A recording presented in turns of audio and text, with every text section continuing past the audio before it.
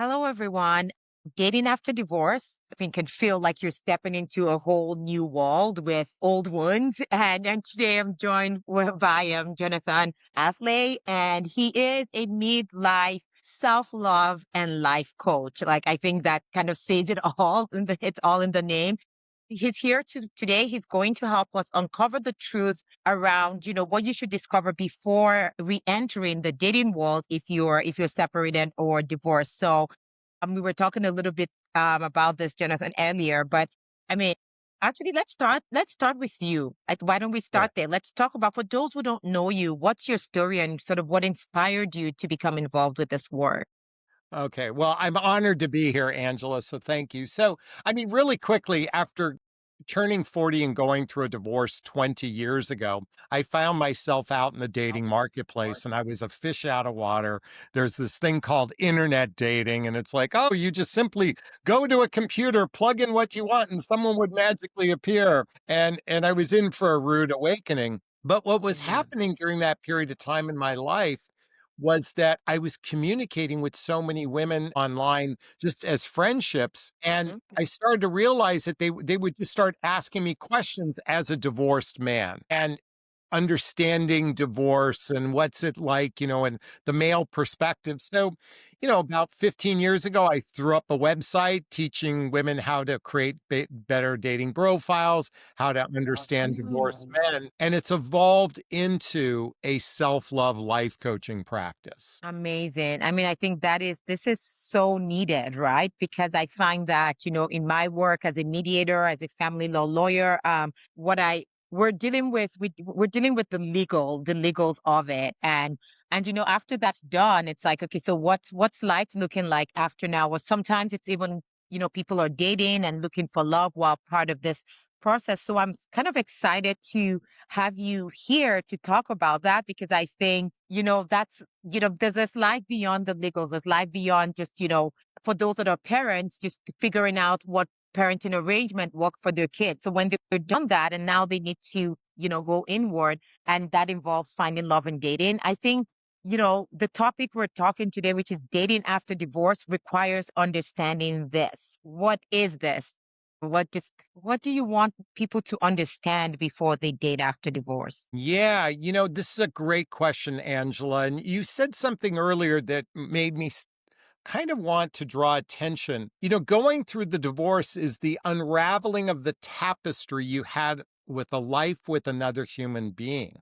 And so you're kind of enmeshed in life, and to some degree, even if you're going through the divorce, if you're separated, or you're even, a year after or 2 years after a divorce, is you're still tethered to another person, particularly if you have children or assets and that sort of thing.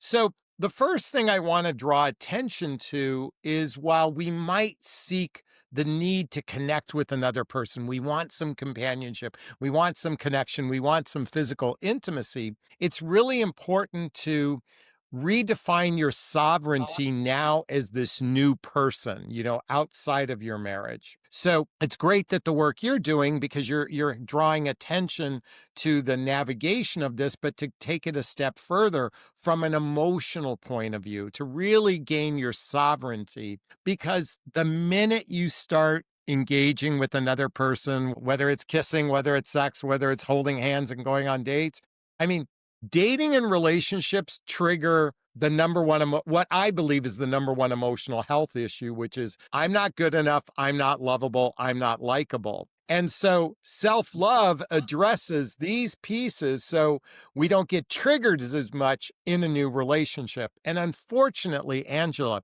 most people go through a divorce and they think, oh, I've learned everything I need to learn, that I will just make sure that the next person wasn't the last person and Yes, everything will be happy. No, no, that's no, not no, no. Guess that's what? not true. Okay. Another person is different than you. There is no clone of you that exists, and you'd be bored with that clone anyway. So it requires, hopefully, healing your past relationships before Okay. you actually dive into a serious relationship with someone going forward.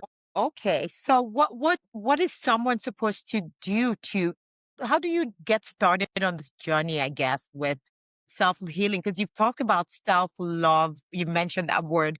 a few times. I feel like the secret is in there somewhere in this Yeah, that's a self-love great. idea. So I think it starts with the awareness of what brings you pain.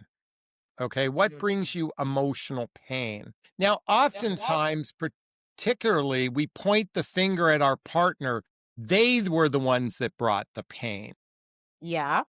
And I say this is we take the person out of the equation and what's the pain you're experiencing on an emotional level? And Okay. usually pain is centered around fears and insecurities. So it requires a self-examination as what am I fearing? What's my greatest fear in relationship? What are Mm, my insecurities? And looking at that from the objective point of view, because if you can take the person out of the equation and focus on what you're feeling, that's the beginning stages to some degree of choosing whether or not you want to heal from those past relationships and you want to heal from your childhood. And so we look at what brings us mm, pain. And again, I'm not talking about, pricking your finger kind of pain. I'm talking emotional pain. yes. And going to the root of where that pain may exist. It might go all the way back to your childhood. Maybe you had an absentee father, maybe you had a controlling mother and it caused you emotional pain. Then the Mm. idea is to go back and heal that. That's part of the self-love practice. Oh, fantastic. No, that makes a lot of sense. So, if I understand this correctly, the root of this is just making sure that you take care of you, and then that enables you to pick a better partner if that's where you're going to. And in general, at least you just heal just for you, and now you can show up as that better partner in whatever relationship you go into.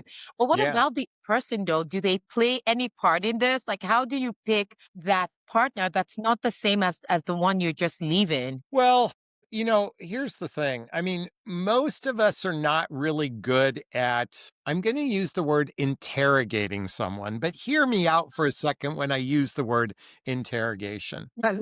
When a detective has a suspect, what is the detective trying to do? They're trying to get to the truth of the truth, right? Jay? And that's what really dating and relationships are, is trying to get to the truth of another person. Now, I'm being tongue in cheek when I say interrogate, but asking Yes. really good questions. So you might want to ask someone, what was your childhood like as an example? And if they experienced a lot of significant abuse, then the follow-up question would be, how did you heal from that? Or if Okay. you're on a first date with someone, what happened in your last marriage? And if it's all about, well, the person I was with was a narcissist, they were an alcoholic, they were an abuser. Well, you're reflecting all about them, but we all have a role to play in this thing too. So what you're looking for Absolutely. is who takes accountability in their life. Have they taken accountability to their healing? Have they taken accountability of their actions in a relationship? Because the people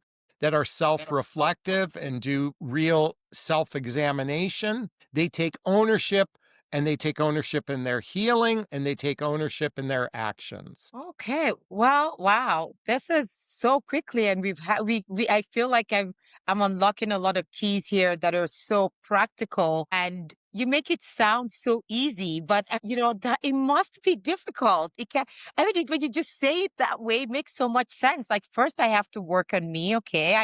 I get that, makes sense.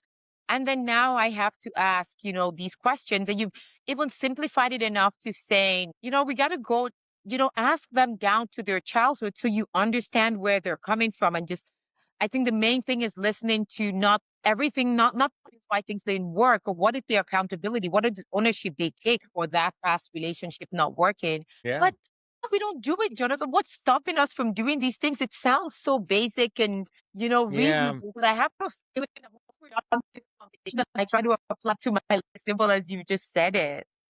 Well, I'm going to blame Disney and movies because to some degree, and I mean, I know this sounds kind of obvious, but here in the Yeah. United States, we are a very selfish society. We just expect we deserve happiness. We deserve it served up on a platter. That we don't, I mean, on some level, we operate from a place of fantasy in Mm. relationship that it should just be something like angels singing from the sky. Oh, it should just be easy.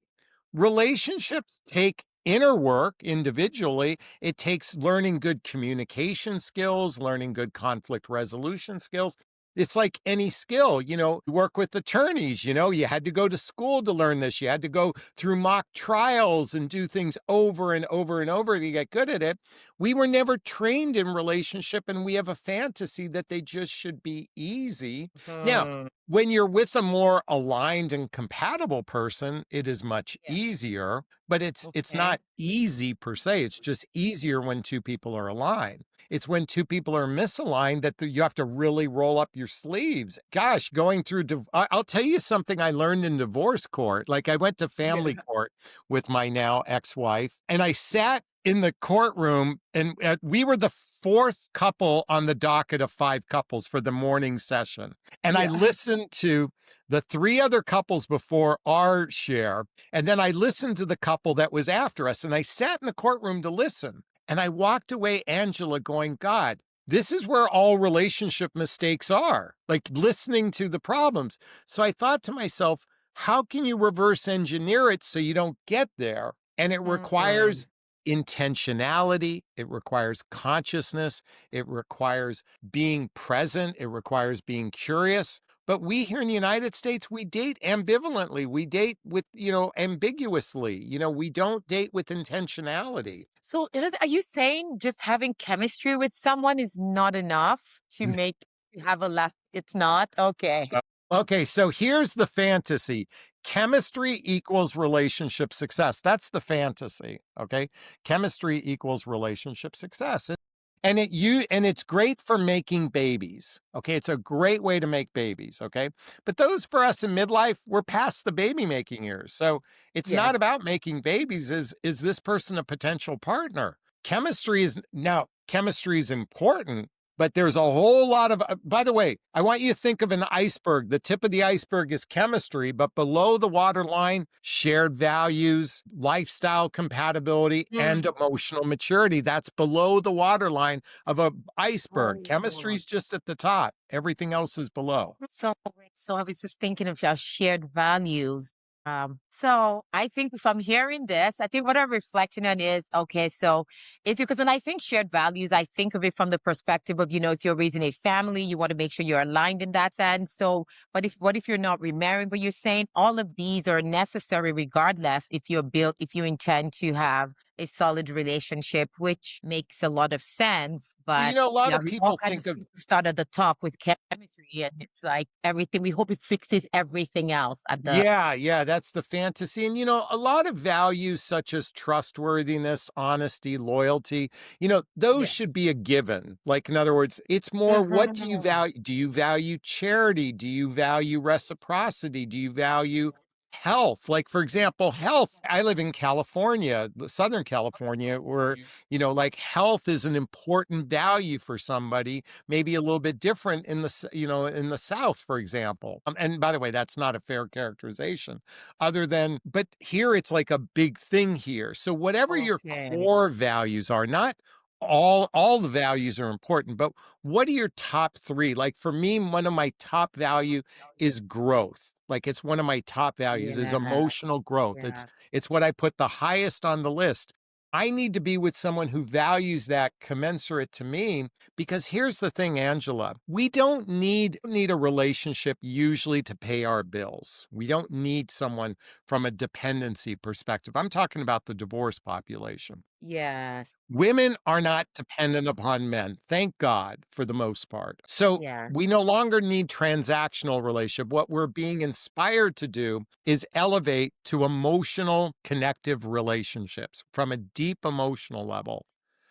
We got a population who are still struggling in their emotions, particularly because they're blaming their old partner for what went wrong. And they're just going to bring that. What's the definition of insanity? Doing the same thing over and over again and expecting a different result.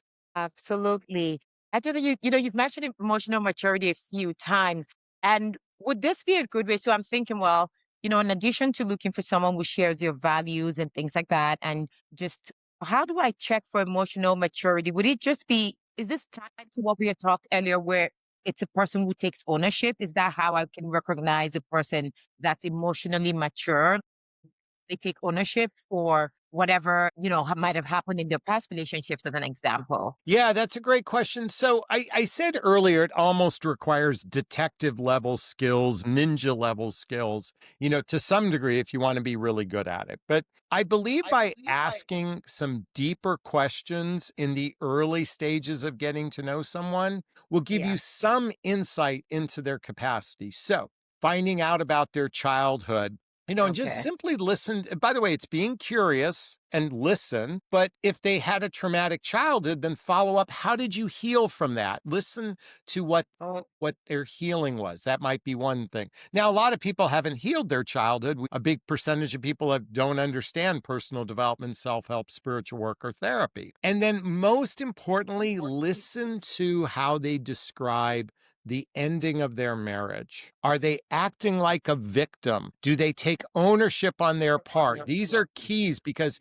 if they act like a victim and take no ownership, they'll just bring that into the next relationship. I guarantee you, I don't care how much chemistry you have, it'll be there. So those questions give you a little bit of basis of understanding of who they are. Particularly, okay. and by the way, women are conditioned to not talk to men about emotions. They're like, don't share your emotions. Don't ask about the questions because it's going to scare a guy away. Guess Yeah. what?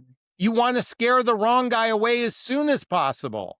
True. I mean, here's the thing, folks. We have a Yeah. choice. We can have relationships that are transactional, or we could have co creative, relationships with real heart. It starts by rolling up your sleeves and going deep as early as you can. No, that's amazing. So, I mean, Jonathan, I want to talk about your book a little bit. Is this information that you shared? I mean, I'm hoping is it in your book? How can people find out more? Like, I'm just curious, but I want to start with your book. So, if a person's reading your book, yes, self love. What the heck is so? Is this sort of the information? I mean, is this information all in there, or is there some other source we So should add to get this good Yeah, stuff? that's a great question. My book isn't for relationships per se, other than the relationship you have with yourself. Because ultimately, whether you find a life partner or not, you have only this one body for yourself for the rest of your life. So develop True. a great relationship with yourself. That's what my book is about. And it's got some simple principles and simple perceptions. Very simple. It is not this life savior of books. Let me just tell you that. Okay. Very Okay. simple ways of loving on oneself. From a relationship standpoint, there is the Gottman Institute, and I'm just going to say that it's Gottmans are Gottman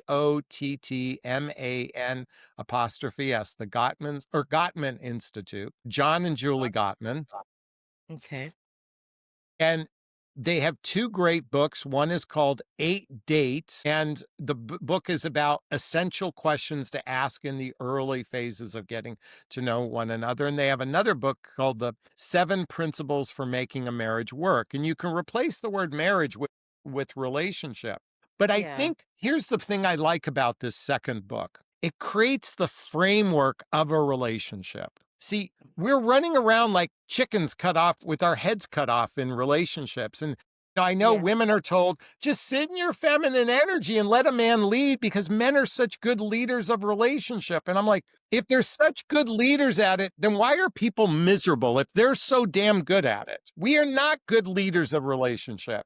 So I speak to women like, look, you take charge of your relationship destiny. Don't give that to a man. And yet, but I do believe that two people Striking can me. co-create a relationship. And by Okay. reading these books and coming at it intentionally, and Angela, the question should be what people should do once they start kissing one another is what's the purpose of us doing this? Like, what's the purpose? Is it just to have a good Mhm. time? Or are Yeah. we two people that want to build a life with someone? And could you be that someone I want to build a life with? Go in with some intentionality. Like, what's the purpose of this? Other than Yeah. physical gratification, other than being entertained on a Friday and Saturday night. Like, are you willing to roll up your sleeves and get into the nitty gritty if we run into a problem? Yeah. Hmm.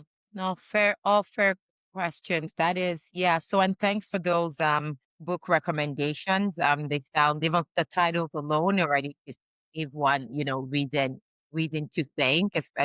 So thanks for that. So, do you work with? What does your work entail? Do you work with people one-on-one, in terms of your coaching work? How does that if Yeah. someone wanted to work with you, how could they do that? Well, thankfully, I have a YouTube channel with 200,000 plus subscribers, and I give a ton of free content every day. So you could start with my YouTube channel. And I got a text message, or I got a message on one of my posts saying, I've been watching your video for years and I'm in a happy relationship because of it. So she binged watched, I think, 500 videos. Okay. Wow. And and I'm happy that she decided to glean the learning from that. Yeah. Working with me, usually I work strictly one-on-one. I have an 8-week boot camp I put people through. It's one-on-one through Zoom, just you and I. And we kind of unpack the past, prepare the present, and really, or excuse me, get clarity on the present and prepare for the future. So Mm, that's working with me one-on-one, and a lot of clients work with me thereafter as kind of a life coach yes. thereafter. I have a very simple business model.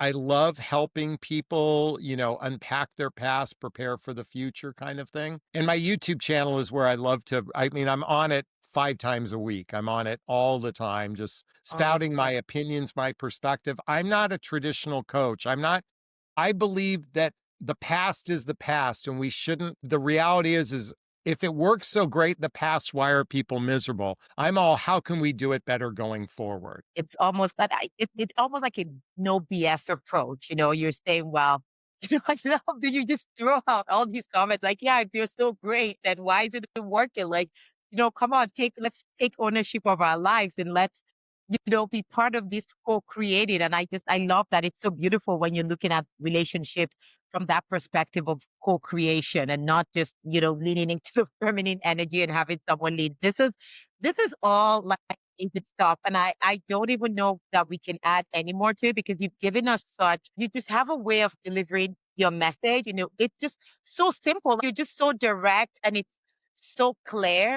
You just give it and there's nothing more to say. And I'm pausing here and I'm like, yeah, that is so true. Like there's nothing more to be said. Like he really said it all in that one sentence. And it's just so, I mean, it's absolutely amazing that, you do what you do and we will have information that in the description of this video so that people can go follow, get those nuggets. And obviously those who want to work one-on-one with you can find that information there. Cause I mean, what you're Yeah. doing is absolutely amazing. So on that note, if there's one takeaway, cause you've given us, a lot of amazing ideas, all kind of tied in, but if there's all one message that you want people to take away today.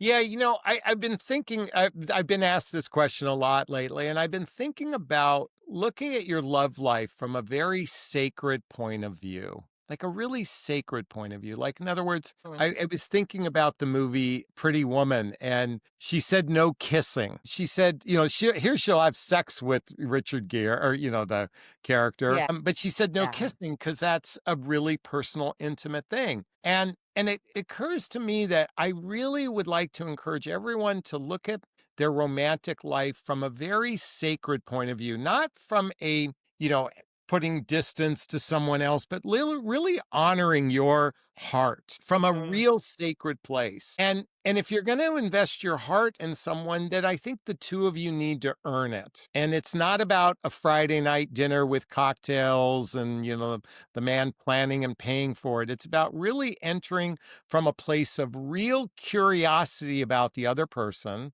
Be really curious, be intentional, treat it as sacred. And I promise you, if you operate from a place of sovereignty and treating it as sacred, you're probably going to have better results. Wow, beautiful. And you've crushed it for a lot of people because they're like, oh, so it's not just enough that, he plans the date and pays for it, but no, that's not enough, right? We have to be more intentional. I love that. I'm not even going to add to that. Like you said it beautifully, Jonathan. So thank you so much for coming on today. I know my clients will be thrilled with everything that you shared and just thank you for what you do. Thank you, Angela. It's been an honor to be here. I appreciate it. You're welcome.